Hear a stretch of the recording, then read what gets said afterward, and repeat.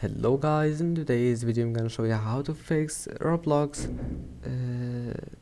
not launching easy and quick. If you want to fix it, it's easy. First just type here apps and features.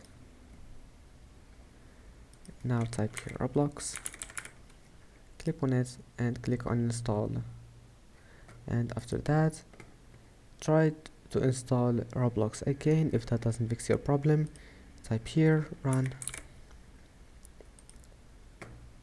and then type here local app data percent local app data percent and click OK.